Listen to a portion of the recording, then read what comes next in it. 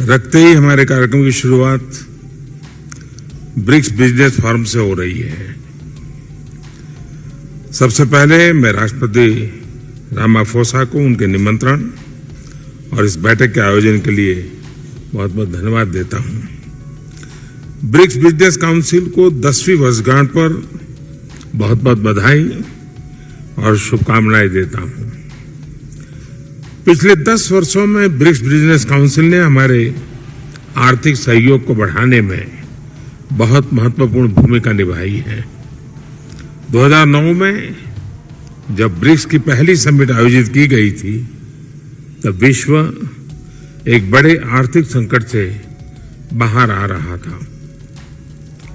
उस समय ब्रिक्स वैश्विक अर्थव्यवस्था के लिए एक आशा की किरण के रूप में उभरा था। वर्तमान समय में भी कोविड महामारी, तनावों और विवादों के बीच विश्व आर्थिक चुनौतियों से जूझ रहा है। ऐसे समय में ब्रिक्स देशों के एक बार फिर महत्वपूर्ण भूमिका है। फ्रेंड्स, वैश्विक अर्थव्यवस्था में उथल-पुथल के बावजूद भारत आज विश्व की फास्टेस्ट ग्रोइंग मेजर इकोनॉमी है। जल्द ही भारत $5 ट्रिलियन इकोनॉमी बन जाएगा। इस बात में कोई संदेह नहीं कि आने वाले वर्षों में भारत विश्व का ग्रोथ इंजन होगा। यह इसलिए है क्योंकि भारत ने आपदा और मुश्किलों के समय को आर्थिक सुधार के अवसर में परिवर्तित किया।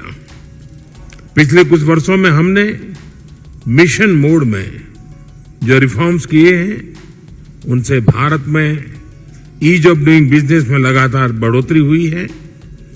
हमने कंप्लायंस बर्डन को कम किया है, रेड टेप को हटाकर रेड कारपेट बिछा रहे हैं। जीएसटी और इंसॉल्वेंसी एंड बैंक्रप्सी कोड के लागू होने से इन्वेस्टर कॉन्फिडेंस बढ़ा है।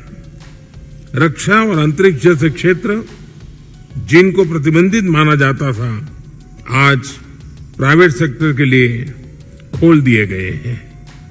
हमने पब्लिक सर्विस डिलीवरी और गुड गवर्नेंस पर विशेष रूप से ध्यान केंद्रित किया है।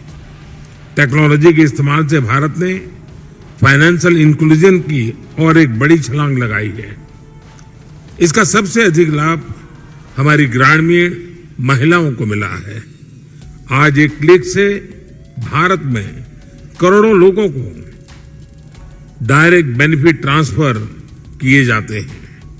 अब तक $360 बिलियन से भी अधिक ऐसे ट्रांसफर किए जा चुके हैं। इससे सर्विस डिलीवरी में पारदर्शिता बढ़ी है और भ्रष्टाचार और मिडलमैन कम हुए हैं। प्रति गीगाबाइट डाटा की कीमत में भारत सबसे किफायती देशों में है।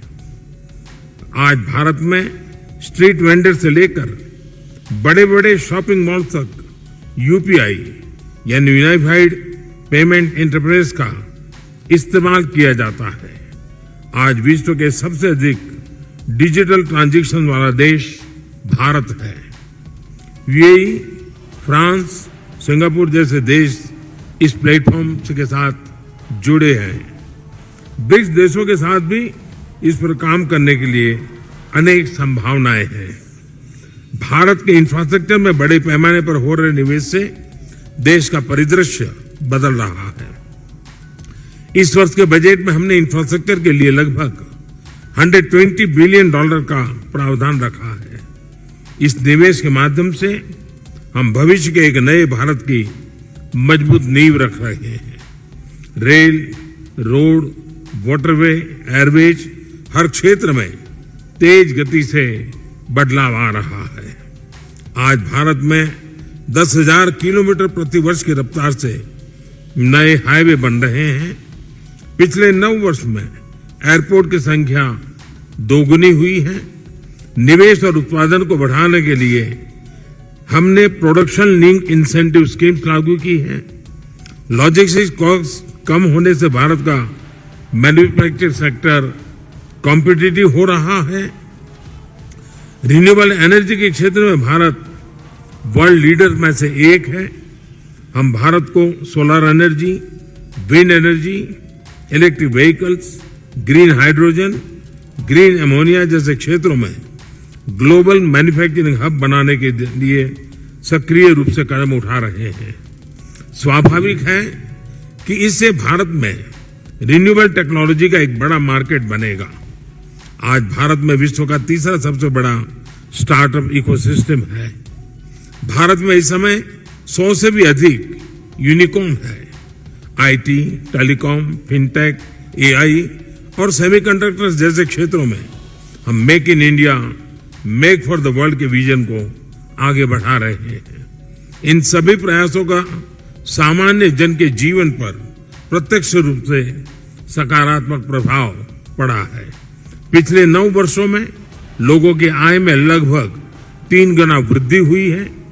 भारत के आर्थिक विकास में महिलाओं की सशक्त भागीदारी रही है। आईटी से लेकर स्पेस तक, बैंकिंग से लेकर हेल्थ केयर तक महिलाएं पुरुषों के साथ कंधे से कंधा मिलाकर देश की प्रगति में योगदान दे रही है। भारत के लोगों ने 2047 तक एक विकसित राष्ट्र बनाने का संकल्प लिया है। फ्रेंड्स, मैं आप सभी को भारत की विकास यात्रा में शामिल होने के लिए आमंत्रित करता हूं। कोविड महामारी ने हमें रेजिलिएंट और इंक्लूसिव सप्लाई चेन्स के महत्व को सिखाया है। इसके लिए आपसी विश्वास और पारदर्शिता बहुत ही महत्वपूर्ण है।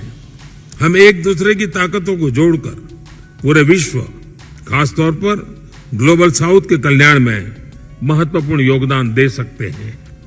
एक्सेलेंसी, मैं एक बार फिर ब्रिक्स बिजनेस जगत के लीडर्स को उनके योगदान के लिए बधाई देता हूं। इस मीटिंग के शानदार आयोजन के लिए मैं मेरे मित्र राष्ट्रपति रामाफोसा का भी आभार व्यक्त करता हूं। बहुत बहुत धन्यवाद।